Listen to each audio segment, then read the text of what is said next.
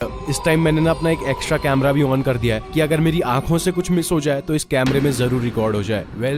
जो सबसे चीज पहले मैंने नोटिस करी अपने घर से निकलने के बाद वो ये थी कि पूरा विलेज सुनसान पड़ा है। यहाँ पर एक भी विलेजर नहीं है एंड इस चीज को मैं देख के इतना ज्यादा शॉक्ड हो जाता हूँ क्योंकि कुछ ही घंटों पहले जब मैं इस विलेज के अंदर आया था तो काफी ज्यादा चहल पहल थी, बट यहाँ पर अब एक भी विलेजर नहीं दिख रहा है। इवन मैंने उनके घरों को भी चेक करा लेकिन कोई भी वहां पर नहीं था।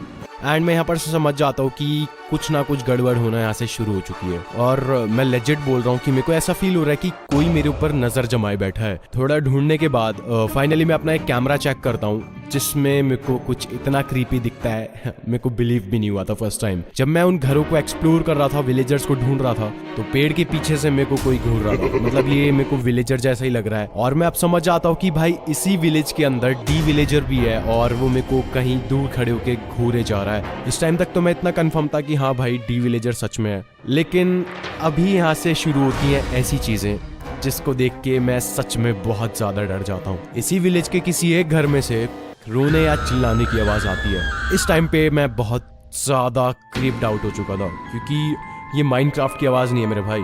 बहुत ज्यादा हिम्मत करके मैं एक एक कदम आगे बढ़ाता हूँ और उस घर के पास तो पहुंच जाता हूँ लेकिन वो आवाज आना बंद हो जाती है और जैसे मैं दरवाजा खोलता हूँ तो उस घर के अंदर कोई भी नहीं मिलता। मैं इस टाइम पे इतना ज्यादा क्रीप्ड आउट था कि मैं बिना कुछ सोचे अपने घर में चले जाता हूँ और बस सुबह होने का इंतजार करता हूँ। तो यहाँ पर सूरज तो उग चुका था लेकिन मेरे दिमाग में अभी भी एक चीज है कि एक विलेज जो बिल्कुल चहल पहल करता था एक टाइम पे, अभी वो विलेज बिल्कुल अबेंडेंड पड़ा है। तो जो मेरा बाकी का दिन था उसमें मैंने कुछ ज्यादा खास नहीं करा। अपने टूल्स वगैरह बनाए, खाना वगैरह रख लिया ताकि मेरे को अगली रात के लिए काम आए ये चीजें।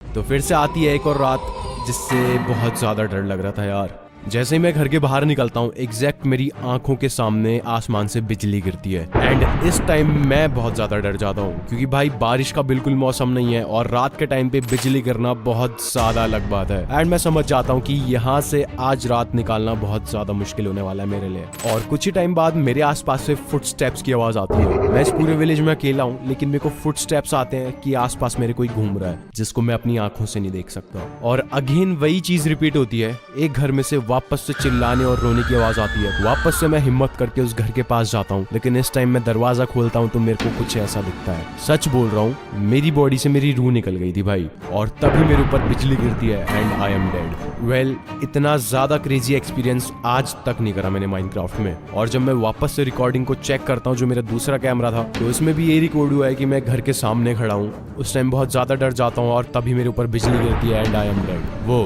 वीडियो की पहली स्टोरी का ऐसा एक्सपीरियंस